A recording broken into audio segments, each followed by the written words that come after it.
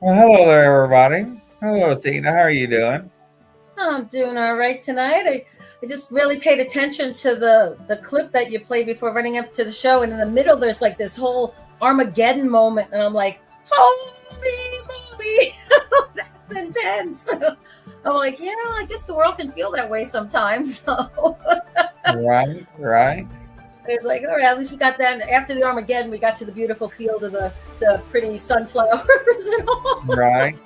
I was like, woo, mama. It's like, Yeah, yeah. transition there. Yeah, yeah. But it kind of set the right tone though, is because when I think about the world right now, it is this paradox, right? It feels like, wow, things are so crazy and convoluted and contentious, or maybe given the signs of the end times, on one hand, and on the other, it's no, there's all this peace and love and joy and purpose, and things feel good. And I'm like, woo!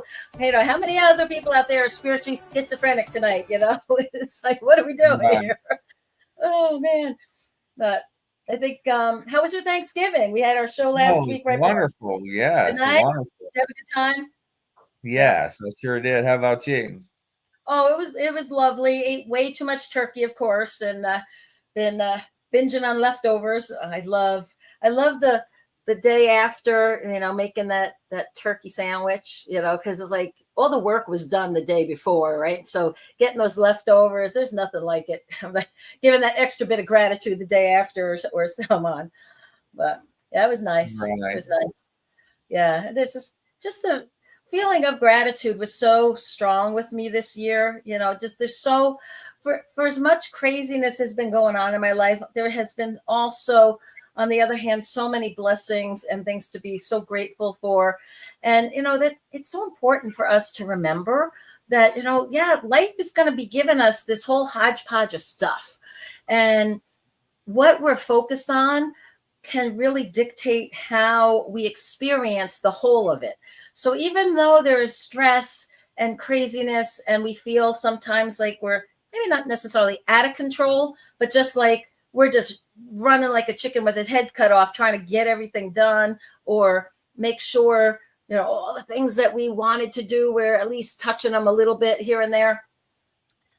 With all that busyness, it's so important to carve out the time for a little bit of peace and a little bit of reflection, and whether you want to call it meditation or just pondering and really giving thanks and noticing the blessings in your life, and noticing how wonderful it is. Like if you're feeling stretched really thin from all your social engagements and having to run here, there, and everywhere, it's like, well, be really grateful you have family and friends, right? Because if you were alone, you wouldn't have all those engagements pulling you in 20 different directions. Right. So it's good to, it's like the mixed blessings, right? It's like, oh man, I have all this to do, all this shopping to do. It's like, that's nice to have people to buy things for, right? If you're doing the Christmas list, right? Or um, even this time of year, I think we were talking a little bit before the show about energy, and this time of year offers a very unique opportunity. And there is something called the ruby ray that comes down from about a couple days before Christmas. I would say probably from the solstice to about the day or two after New Year's, maybe a couple days. Sort of like I want to say not the 12 days of Christmas, but it's pretty close to that period of time. And it's really interesting of that overlap, because the 12 days of Christmas were originally I think the tradition was about, that's when the wise men had made the journey and had come, to present to the infant Jesus and give the gifts to Mary and Joseph that would help to sustain them and whatnot over time. And then I think later on it got changed to like with the song, every day of Christmas, there was different gifts that were given for 12 days. And that was a different interpretation of it. But what's really interesting, though, is the ruby ray, which comes down for about that 2-week period of time from just before Christmas until about the 6th of January, right? The Feast of the Kings, right? So just that piece of time, that ray is coming down, and the veil is a lot thinner. than it's been during other times. And so the gift of the ruby ray is to give us that ability to help us perceive through the veil more clearly. It's really good for reflecting on the blessings of the year that's passed and projecting and manifesting for the year that's coming up. And so it's really quite a wonderful time.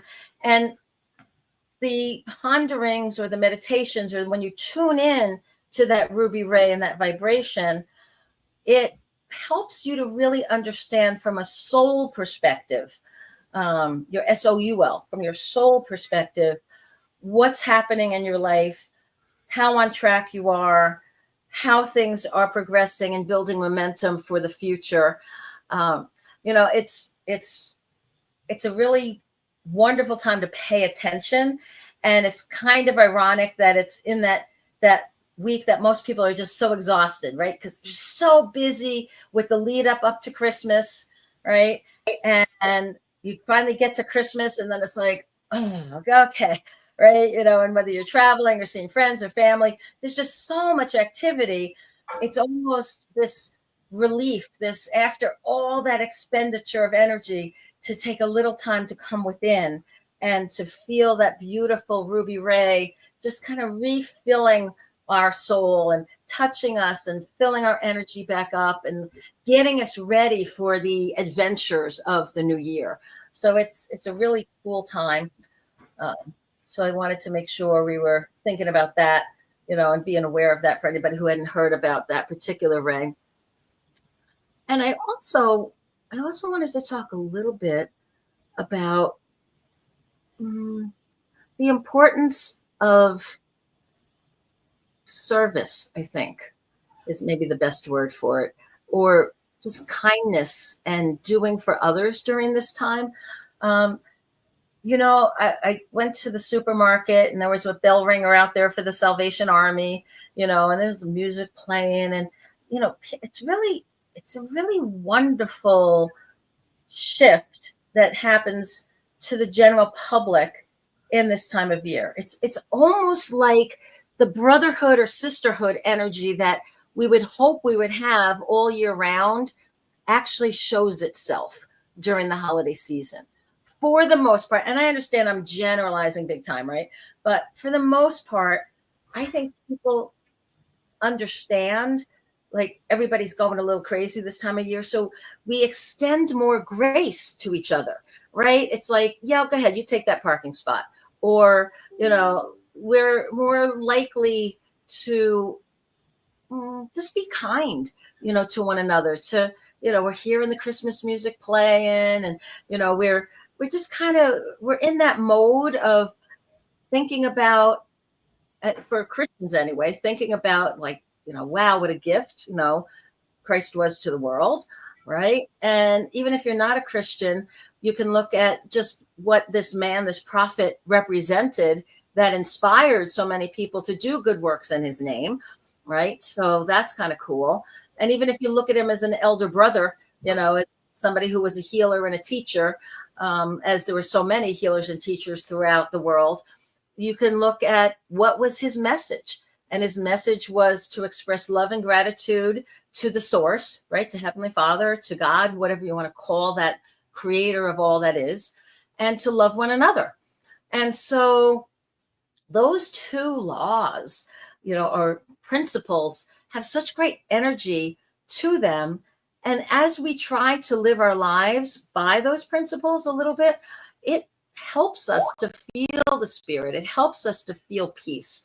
And this time of year, it seems more evident, at least to me. I seem to notice it more. People just seem nicer in general, right? Do you notice that too, Grizz, at all? Yeah, I sure do. It does. I think the music, hearing the bell in front of the stores and so forth, changes Yep. people's attitudes. Yeah, especially with the Salvation Army. And this year, for sure, with all the disasters, that so many of our friends and listeners and watchers have experienced, the Salvation Army, like the Red Cross and so many other agencies that bring aid, we're so in the forefront. So when you see that bell ringing, it's like it reminds us to give, to love, and to also be grateful, that we survived, or that our loved ones made it through, and for the help that they've received, and for the fact maybe that we didn't have to personally go through those kind of hells, that we were spared that. And so it's incumbent on us to dig a little deeper, to help those in need. So that occurs to me. But the reason I started to bring this up was I also wonder why can't we sustain this kind of kindness and loving attitude and grace, being extended to other people all year round? Why is it just for the holiday season, right? How different would our world be if we had that, we'll call it the Christmas spirit, but again, I don't want to just limit it to that, but that feeling of grace and love and peace that we extend to one another. What if we did that all year round, not just during the holidays? Would it make it any less special around the holidays, or would it make the rest of the time feel more special? I wonder. Any thoughts on that? Yeah, it's called free will. Yeah. Yeah, that's true. Well, that's those are my random musings anyway about this week. I did pull some cards for tonight for some messages for y'all. So for those of you who are regulars here, you know the drill. But if this is one of your first times tuning into us, what I typically do is I pray and I ask Spirit to bring some messages through that would be meaningful to whoever is perceiving it, whether you're watching live tonight or whether you're watching it recorded tomorrow or next week or next year. And so I pick some angel cards and some tarot cards, and I ask Spirit to inspire me what I should say about those. And usually those messages have some relevance to people that have tuned in. All right. So the first one I love, love, love. It is an angel card of fun. And it was such a good reminder that in this time that we're so busy getting stuff done, right? And the chore list is crazy. The to-do list is crazy. The errands list is crazy, right? It's like, wait, make sure you do a timeout every now and again. And remember to take some time and to relax and find that sense of humor, that joyfulness. Try to take things a little bit more lightly instead of so seriously, right? And the more spirit of fun you can infuse into your day and into your life, the better off you're going to be, right? Because even I remember once I was channeling from Spirit, and the phrase that came through was, just because something was important didn't mean it had to be hard. And I was like, oh, yeah, that's pretty cool, right? So somehow a lot of us haven't equated that if it's really important that we get something done, it's like, oh, it's going to take all this effort and it's going to be hard and I got to stay focused and I can't give myself that break to rest and relax and have a little fun before I meet my goal or get that stuff done or check those things off my list, right? And Spirit's like, you got to watch for when you're PPP, past the point of productivity, right? So if you are running around and you are exhausted and you still have 5 more things left on your to-do list, you know what the best thing you can do? Put that darn list off to the side. Go have a meal. Go take a nap. Go take a bubble bath. Have a massage. Do something that relaxes your mind and body. Do something that's fun. Watch a half hour of a favorite comedy and laugh your butt off, right? Then when you're feeling refreshed, when you go to pick up that list, it doesn't feel so overwhelming, and you'll be surprised. You may notice, oh, there's some things I don't have to get done today. You're going to look at it with a different, fresh set of eyes.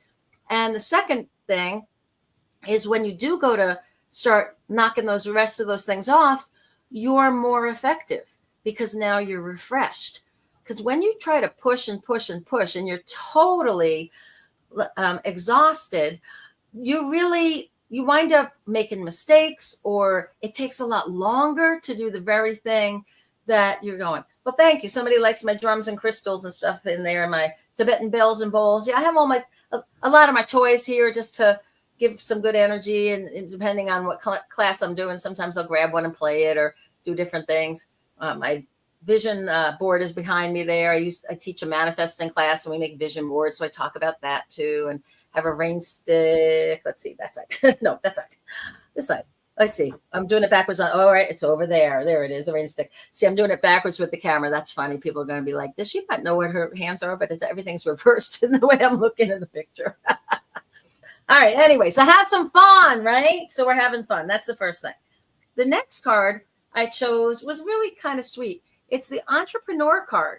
And with the entrepreneur card, it encourages us to figure out what do we really want to be doing with our free time in our life, right? So if you didn't have the 9-to-5 job you have, or whatever the regular job you have, if you were going to be your own boss, if you were going to create your own world and have your activity create income for you, what sort of things would you want to do?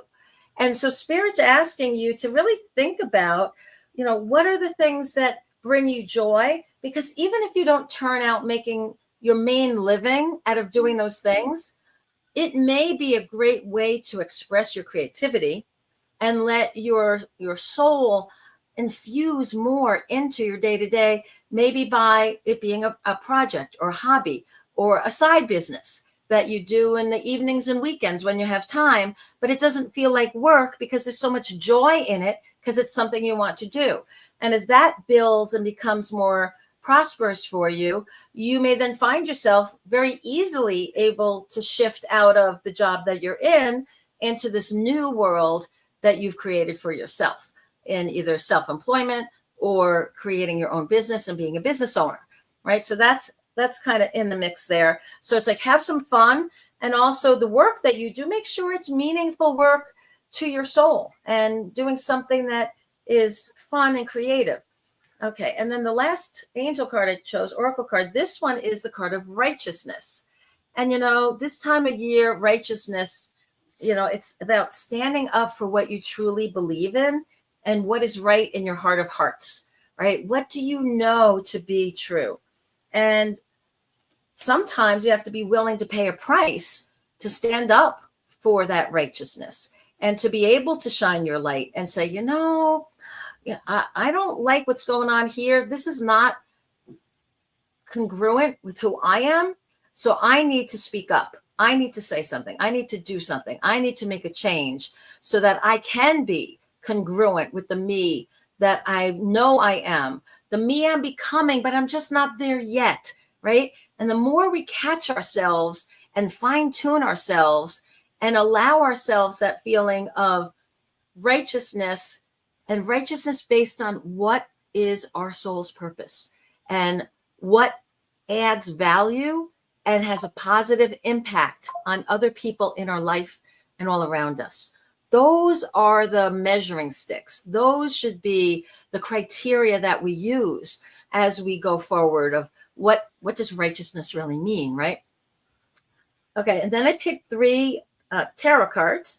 And the first one I like, especially this time of year, 3 of Cups, it's the sisterhood card. It's the fellowship card. It's the card that talks about this is the time to gather with friends and family, to celebrate, to reinforce each other, to help each other. Just earlier today, I sent out a text to a girlfriend of mine. I'm like, hey, do you want to do a cookie swap this year? And it's like, we hardly ever see each other because our lives are so busy.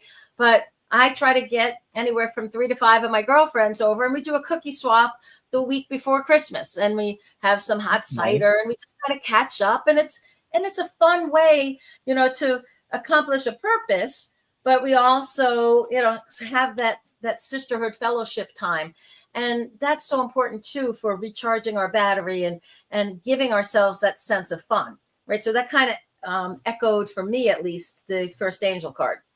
The next card that we got here, the 5 of Swords, this is a card that talks about picking up the pieces, but also holding people accountable for their part.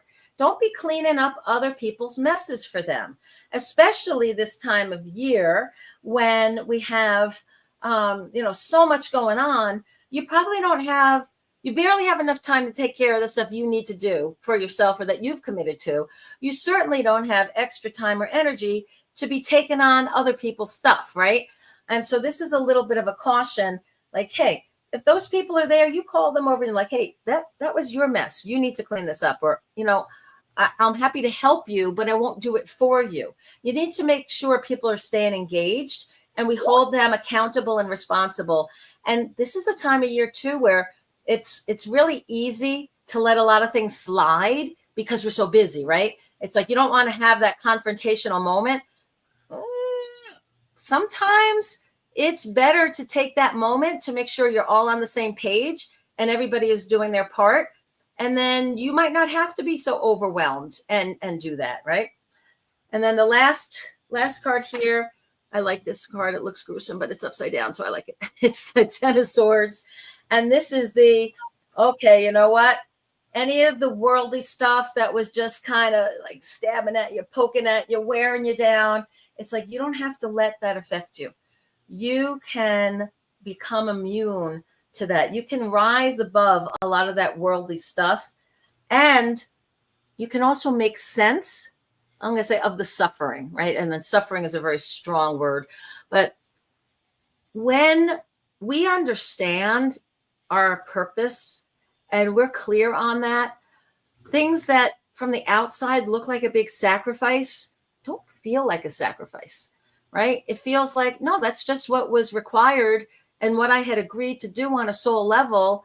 And so I'm good with it, right? It doesn't wear me down. It doesn't make me any less. I put up with that. I endured that. I learned resiliency from that, whatever it was, right? But now we can look at it in a way that, yeah, I can go through it, but I don't have to let it affect me. And so this card, when it's upside down, is, first of all, don't take on a lot of other people's stuff in the world. It's like, no, again, hold them accountable, make sure they're doing it. That kind of ties into that righteousness card too, right? Right. So you have that little balance of, what is the right thing to do in a situation? And this is a time of year that, again, a lot of people kind of slide. You don't want to make a scene by, having cutting somebody off at the family party because they've definitely had one too many, right? Well, yes and no, right? Is you don't want it to be awkward, but you also don't want that person driving and hurting themselves or somebody else, right? So the confrontation there may not be about, okay, I'm cutting you off. It might be, you can drink all you want, my friend, but you're staying here tonight and I'll take you home in the morning or whatever, right? Or somebody else will take you home.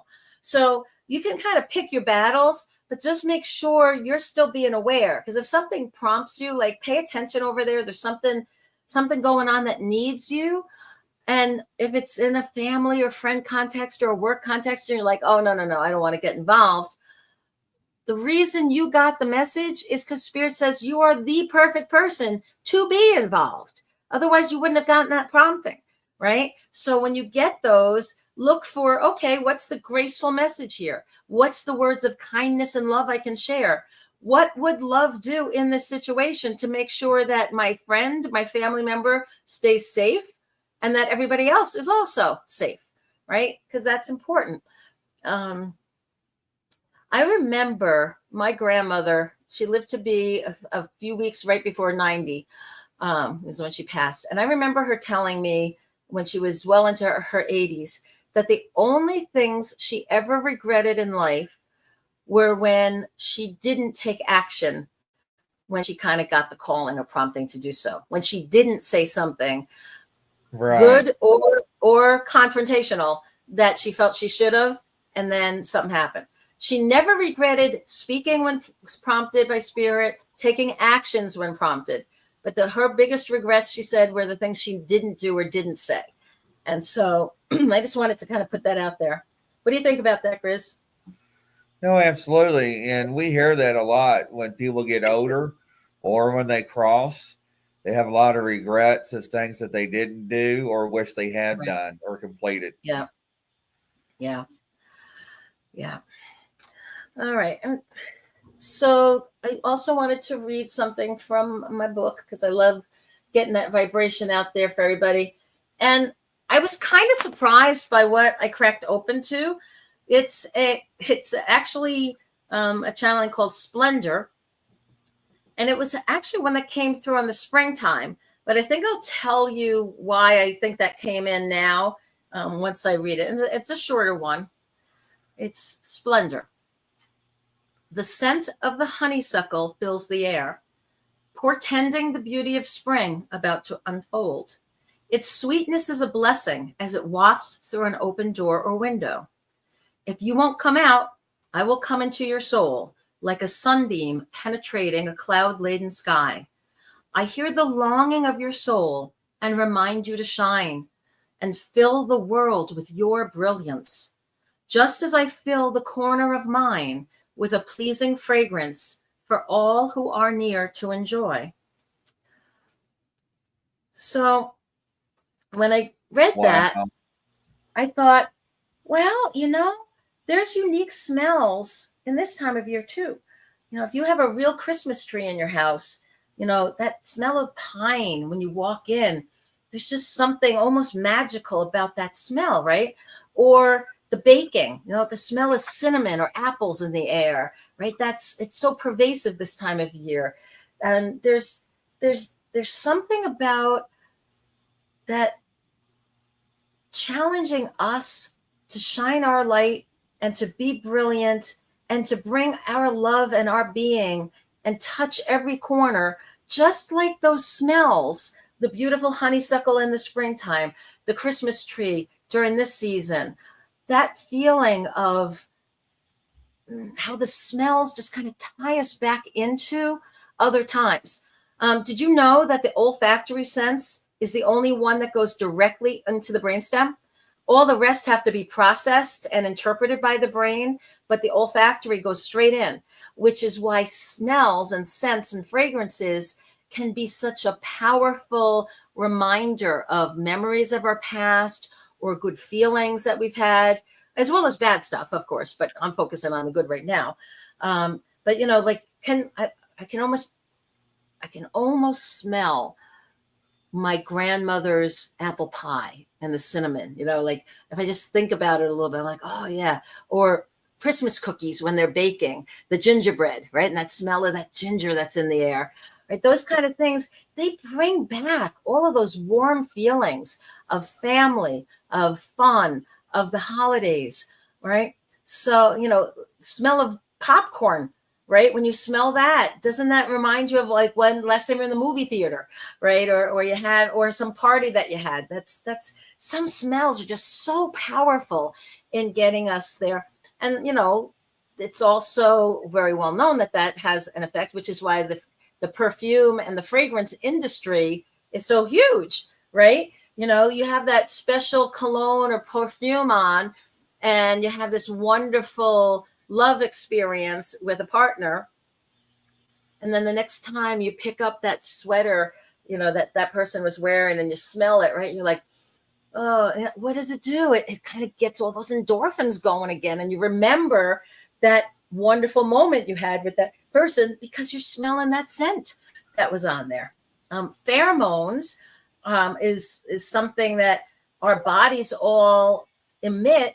And that's partly what creates some of the quote unquote chemistry that we feel with friends or lovers or people that are in our life. And that's part of the way some families, there's like markers that certain families have a certain scent that they kind of gravitate together, and they know that.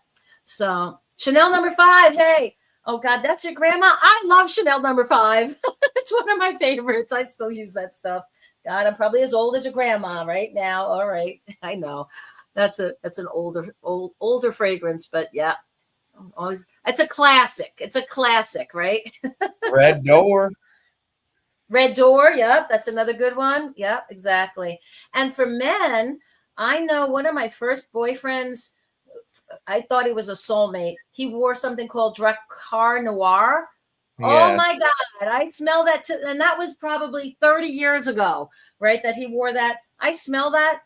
to this day, I think back to William. I think back to that man that was like, he just rocked my world at that time. And I'm like, man, there's something about that fragrance, right? So, yeah. So this time of year, use that to your benefit, right? Use aromatherapies. That's the whole basis, I think, too, of a lot of the aromatherapies. They understand that through the olfactory sense, it goes straight to the brain. So you can smell beautiful, calming lavender, and it helps you feel more peaceful or sleepy. You can smell peppermint, and that's one that's a little bit more, or eucalyptus. Those are fragrances that help to waken up the senses a little bit. My goodness, think about the rosemary and thyme, right? If anybody, we just went through Thanksgiving, right? Anybody had that on your hands after making the stuffing, or stuffing the bird with, or putting some of those herbs on there? You smell your fingers afterwards, and it's like, oh man, it smells like Thanksgiving on your fingers, right? Because those herbs are just so amazing, and the oils that are in them, and so many different essential oils and fragrances have purposes as well, right? I don't know. Do people still do incense, Grizz? I know Yes, we, sure that do. was big. That was big a while ago, but yeah, and certain incenses will remind our souls of past lives when we were the priests in the temples burning those incenses, or back to a civilization that it was just normal. Like that's every home had it burning, every temple had it burning, every public place had different ones, whether they were the frankincense, the myrrh, there's certain Egyptian ones that I remember back in the 80s that were really big, whether they were the sticks or the amber was another one. You get the actual little pieces of amber and you put those on the hot coals. And some of those fragrances, the belief was that with the cloud of incense and the smoke, your prayers went to heaven, your energy, it created this column to connect you to the other dimensions, right? It helped to shift your consciousness and expand it out where you become aware of other dimensions. Obviously, there's some drugs that we can take, recreational and otherwise, that have similar effects when we smell them, taste them, ingest them in different ways, right? So the incense was the non-pharmaceutical way that our ancestors used to help shift into some of these altered states. And some of us may have done that earlier in our current lives or in past lives. And so when we take a breath in and we smell that particular fragrance or scent, it brings our soul memory back to that lifetime where we had certain spiritual gifts that we could tap into and bring into this lifetime, where we had certain abilities and wisdoms that would be useful to remember right now as we are navigating a whole different terrain than back then. So just wanted to share that about the olfactory sense, because you can use that to your benefit and to help you get back into that fun or relaxation. It's a really quick and easy way that you can totally shift your mood. So if you're having the holiday blues, well, you know what? Get a scented candle, That's right? right. And burn that candle, and that scent will transform your mood quicker than anything else, right? So just light that sucker and just kind of take a few deep breaths and go, and let it actually stimulate your different hormonal systems and the endocrine system, and get the different endorphins going. So do you have any favorite scents or smells or olfactory memories there, Grizz, to share with our I'm a big cologne guy, parfum. I love scented candles. Yes, I love all that stuff. Yeah, it does kind of, it's like this, it's this way that, we breathe it in, but it kind of bathes through our whole energy field, right? It affects all parts of our body and all parts of our aura when we're exposed to that as well. And in a lot of the spiritual traditions, some of the churches and temples, one of the things they would use would be the incense, and they still do this at like the high masses, they're called, right?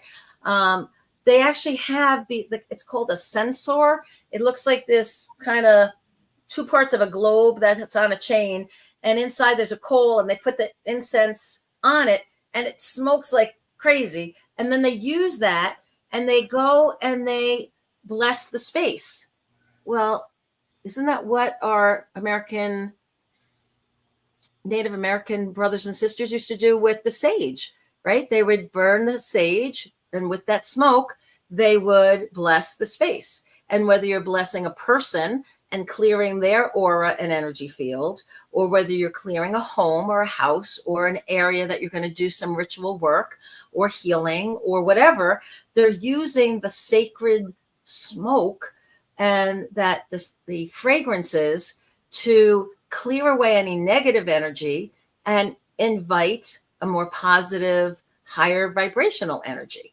And that we can look back through centuries, if not millennia, of cultures that have used those types of traditions of the smoke or the incense to create the holy place and to shift consciousness from the ordinary to the expanded, to be open and aware of the extraordinary, of the divine that's possible, of the other dimensions that are possible, to commune with the benevolent interdimensional beings that are possible, right? So we've kind of gotten away from some of the church, traditions or the temple traditions or even the Native American traditions, right? A lot of us, that's not our normal thing anymore, but we can still take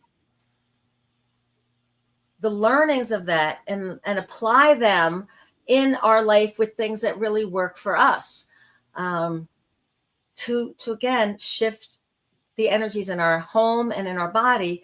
We can take more control of that. That's also what a like Calgon moment. Okay, ladies and gentlemen too. I'm sure there's a few of them that have used the bubble bath every now and again, right? What is it about getting into that bubble bath with those scented little soaps or the pellets you put in the water, and you just sit in there, and it's like the warm water relaxes you, but there's something about the scent of whatever the fragrance is that you put in that water that transcends the moment. It helps you shift into this wonderful altered state of being, right? And I've seen a few things here about grass. Grass. When I would mow the grass, I would love the smell of freshly cut grass. For me, it reminded me of I just got that done. It was a sense of accomplishment. So whenever I smell that freshly cut grass, it's that wonderful springtime, summer, get it done energy that it reminds me of, and it makes me feel good. When I smell that. I love the smell of a real nice wood fire, right? In a burning pit, a fireplace. There's not like smoky smoke, but just the gentle smell when you walk into a house and there's a wood fire burning. There's something that's just so comforting about the hearth and the home, right? That the sense of the warmth from that fire and that slight smell of the smoke that's mixed in, it creates an energy. Right. So how can we use this to our advantage, right? Especially when we're running around, right? Well, finding out, what's an essential oil that helps to energize you, or if you need energy, what's an essential oil that helps you relax if you need to kind of decompress and chill out, right? So experimenting with things when you're not in crisis mode and not running around like a chicken with your head cut off. It's good to know what works for you. So like for me, one of the nicest ones that helps to just settle my energy is rose oil. And so when I smell that rose oil smell and I put the lotion on or just have that smell in the background, it just kind of helps all of me go, right? It's just this beautiful shift in my energy from something as simple as getting that Crabtree and Evelyn rose lotion and putting it on my hands, because this time of year it's cold up here and it dries out a lot. My hands dry out a lot. I put that on. It's like not only feeling nourishing to my hands, when I breathe in that rose smell, it's nourishing to my soul.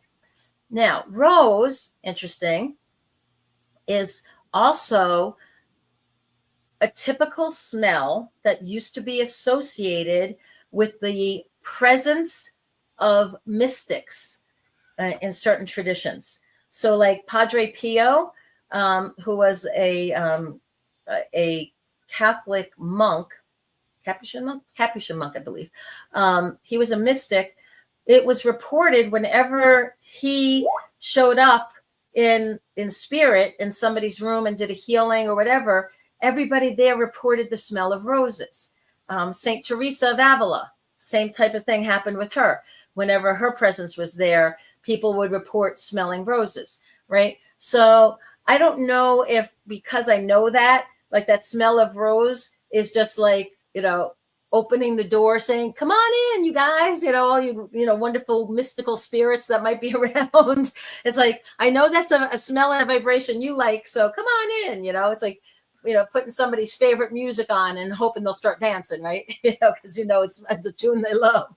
So I do use scents periodically, and it just feels like, I don't know, we wound up here, so that's what popped into my mind to talk about.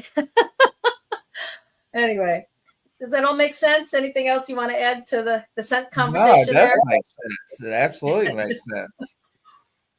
It's wonderful. I wasn't watching too much of the chat there. Were there any questions or topics? No, or anything? They're all agreeing with you and collaborating with you. Yeah. Okay. Cool beans. So as we're approaching this holiday season, and I know there's a whole bunch of holidays here, right? So for our Jewish friends, they're coming up on Passover, right? For some of our African American friends, they're coming up on Kwanzaa. For the Christians, we're coming up on Christmas. This is, I think, Muslims. Is it Ramadan? Is that what's coming up? I think that's coming up this time of year as well. So with everybody kind of focusing on that sense of peace and love and family and spirituality, it's also a time when the dark forces try to poke us and attack us and keep us down or distract. My dog's having a little, yes, I see you over there, Flesh. He's rolling around on his dog bed, like having fun. Yeah, you heard me say distraction. He's like, I'll be a distraction. Do you see this? You want to go kennel? Yeah, you want to go kennel? Yeah, I don't think so. Yeah, go lay down. Go be a good boy. Go. Anyway, so he's not a dark force, but he is a distraction. Go now. Flash, go. So the point here is it's a season of light, right? And with the season of light, the dark forces that are out there want to kind of distract us and poke us and keep us off topic, right? So one of the things that it's very normal, and we talked about this leading up to Thanksgiving, and the similar thing happens here during the holidays, guys, right? For all the holidays coming up, whether it is Christmas, whether it's New Year's, whether it's Valentine's Day, whether it's Easter, right? For people that are alone, or for people who have had sudden losses this year, or even a year or two ago, right? Holiday seasons press a lot of buttons for us. It reminds us of a lot of the warmth and the love and great memories that we had with our friends and families, but it can also be triggers to remind us of the sadness of how much we miss the people that aren't with us anymore, and how much we might miss the traditions that have fallen away. And so we need to cut ourselves a lot of grace and a lot of slack, and to be as unconditionally forgiving and loving as we can with ourselves, as well as reaching out to anybody that we know that had a loss, that might still be suffering, that they're alone, that they live alone. All right. It's really incumbent on us, because we sign up to shine the light, to live a purpose-driven life, right? If you're tuning into this channel, you have a soul that wants to express itself and have a positive impact on the lives of others. You would not be here listening to these words right now unless you absolutely had that calling in deep in your soul, in your heart, to make a difference, So as you're going forward, if you're the one who's feeling a little down or depressed or sad or missing loved ones or missing traditions, it's okay, right? First thing is you just have to know it'll pass. You have to be real with those feelings and do nice, loving things. Imagine your best friend was going through whatever you're feeling. What would you advise them? What would you encourage them to do? Right? And do those things for yourself. Turn and ask for help. Reach out to somebody else. I was wondering what was I going to do for Christmas this year, because last year, and as y'all know, it's coming up on 2 years from when the whole divorce thing was happening. But last Christmas was going to be my first Christmas where in 18 years I hadn't been with my husband, with that man I'd been with all those times. And I was very proactive. I said, okay, I'm going down to Sedona. I'm going to be there on Christmas with some friends and just do something totally different, right? I didn't get a Christmas tree. I barely decorated because I was going to be gone. And so I did that for myself. I was being proactive because I knew it was going to be emotionally challenging for me. This year, I'm like, well, I didn't plan any other trips because I've been doing a lot of traveling, as you all know. So I wanted to be home. But I thought, oh, geez, I don't want to be alone on Christmas either, right? So I reached out to a friend just this morning and I said, hey, by the way, what's your family doing for Christmas? And can I crash and, join you for dinner, right? So I know I'm very direct. I'm, originally from New York, and maybe y'all won't feel as comfortable doing that, but you could drop hints. If you are the one who's feeling alone, you could reach out to other people that are solo and say, hey, let's do something together. Let's have a singles bash, or let's go out for Chinese food. God bless the Chinese. They're always open on the holidays, right? So you can be proactive for yourself, and you don't have to stay stuck in the sadness or the loneliness or the missing. Sometimes you look around and it's like, wow, everybody's so in the holiday spirit. And it's like, why don't I have the holiday spirit? Why am I feeling so miserable or lonely? Or, well, what are you doing to help yourself find the spirit, right? Service is a great way, helping somebody else, right? Go donate some time or volunteer some time at your local animal shelter and go help to feed and play with the puppies or the kittens, right? Or go to a senior assisted living facility and volunteer to read for some of the older people that have macular degeneration or are blind and can't read anymore, right? And read something fun for them. But be of service. That's a great way to first, feel the spirit, because you're giving, you're opening your heart, and you'll feel the gratitude and the love of whoever you're being of service to. You'll feel that. The next thing you can do is, again, do something nice for yourself, taking that advice that you would give your best friend, right?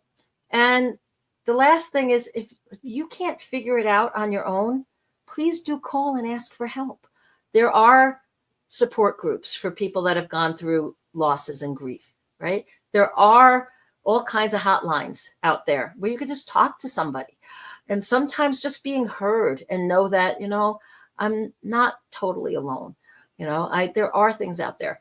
So we have a lot of control. We talked about this in other episodes, right? We can't control necessarily what's happening to us or around us, but we can control how we react to it and how we control our energy and make choices that either help us feel more grateful, more grounded, more peaceful, more expansive, more loving, or not, right? We can sit and dwell. I mean, I could literally, like, if I was so inclined, within less than a minute, I could be in full-blown tears here if I was to think back and re-enter the energy of some of the horrible losses and things that have happened in my life, right? And I know a lot of people have been in that place. Like, it doesn't take much. Like the people that can cry at a drop of a hat, right? That's because your heart was so wounded in those moments that it doesn't take a lot to reaccess it. But why would I want to do that? Is that useful or helpful right now? Well, if I'm trying to process things, maybe. Get back there, peel another layer of that onion, let go of some of that pain so you can feel more of the joy. That's a good therapy, right? You can do that. But you can also say, you know what? If I'm spinning my own wheels and going down into this quicksand of just this muck and mire of old stuff that is not useful, that hurt me, that made me feel sad or less than self, time out. Stop it. Just say stop. Just like if there was somebody that was going on a whole line of conversation that you would like, stop. Just stop right there. Don't say another word. You have permission and every right to do that to yourself for your mental self chatter when it's not useful. You just say stop. Just stop. Stop that.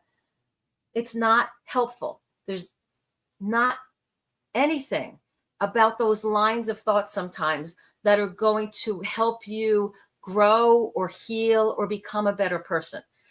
In fact, it's the opposite. Those kind of thinking thoughts are the ones that are going to stop you from feeling the love that is around you. It's going to stop you from shining your light as well as receiving the light that other people that are going on. So again, I don't want to dwell on the negative stuff, but it is real for a lot of people that we have those moments, even if we're extroverted and outgoing and this is our time of year because it's like so dang busy and you're visiting with so many people and it's like, woo, yay, right? But there's also a time that we kind of sit back and we're like, I do miss this one.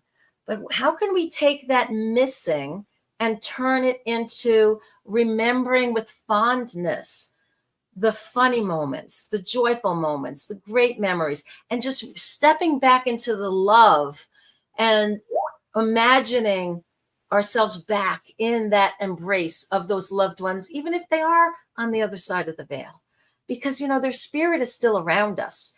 And as they come closer, especially as the veil is thinner this time of year, they come closer to us. If the very first reaction we have when we sense their energy is to start crying because we think of them and automatically miss them so much we're crying, they're going to pull back because they don't want to hurt us.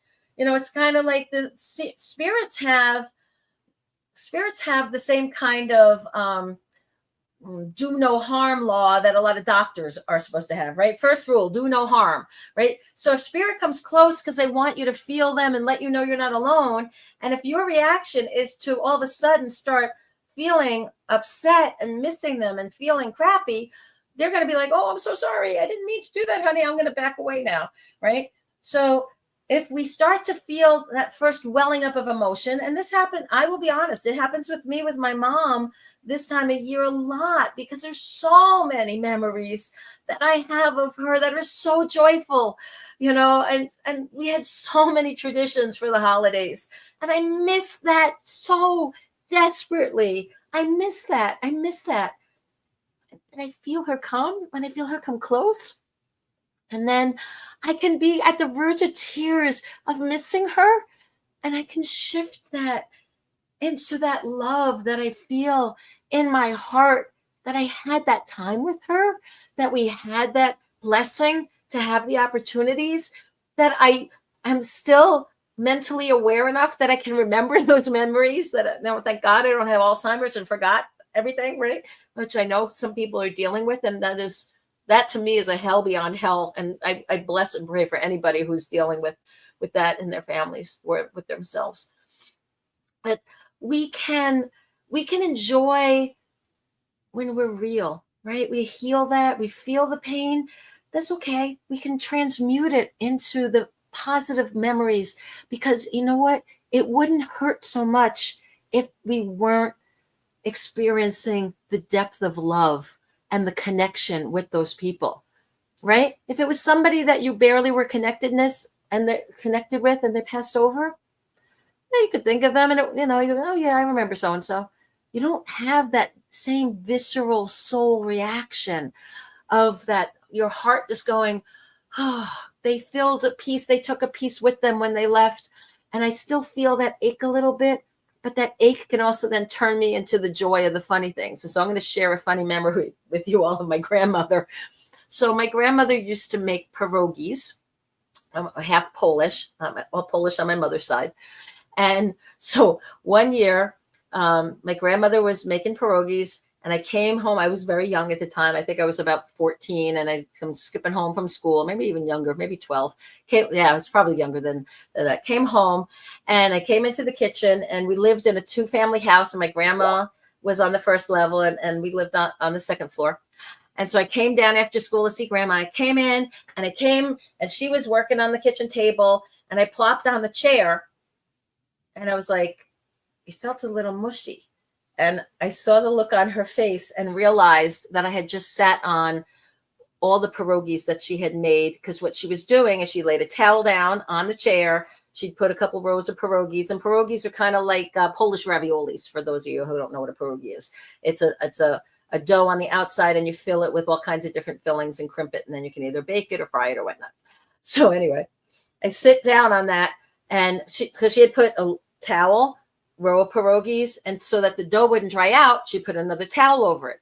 So there was several rows of that. I can just remember that sound of pop, pop, pop, pop, as I sat down, and the look on her face. And when I realized what I had done, I was like, oh my God, the hours that she had been spending making them. And I just basically like squashed them all.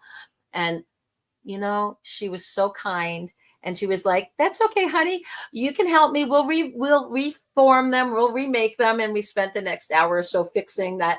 But I just remember like the funny look and not the innocence of a child doing something, and how maybe some other person would have gotten angry because she spent hours of work, and I had just kind of really literally sat on all her work that she had done for the last few hours. And as I got older and learned how to make them myself, I bless her even more for not getting mad, because boy, oh boy, I don't know if I would have that calm and grace that she did, not to just lose her cool on me, for destroying and sitting on her pile of pierogies. But, it's like those kind of funny stories that, you just connect with the love of your ancestor. And, so the things at the time that might have been awkward or like, oh boy, but boy, that love, that never leaves us. Those kind of memories, those are the ones that can counteract the sadness of the fact that she's not here for me today to hug. And I'm going to go down and teach my adopted grandchildren how to make pierogies, and I'm going to use grandma's recipe, and we're going to make cookies, and we're going to do those kinds of things. And that's a way to honor them and feel that love and pass it along and pay it forward too. Anyway, so y'all, God, again, another hour has just flown by. Holy moly. Thank you so much for tuning in. I hope this has been fun for y'all. Do all the nice social media things, right? Subscribe, like, share, do all that good stuff. Make sure you tune into Grizz at 9, right? You have your show at 9 tonight, sir? 9 o'clock. That is correct. Okay. Make sure you tune into that. Be good to each other. Be good to yourself. Be kind, right? Be kind to yourself. Look for those opportunities, not just during the season, but, give yourself a little grace, a little slack. Be kind. Do those things that are fun, that refresh and recharge. Remember PPP. Don't get past the point of productivity, right? Take a break, refresh, circle back around. You'll get through it, guys. We'll get through it together. Be there for each other. Be there for your loved ones. And if you need help, please do reach out. You are loved. We are all brothers and sisters. We're all in this together. We're going to get through it together. All right. Love you all. Thank you for tuning in, and we'll see you next week. And coast to coast, around the world. Godspeed, everybody. Bye-bye. Take care.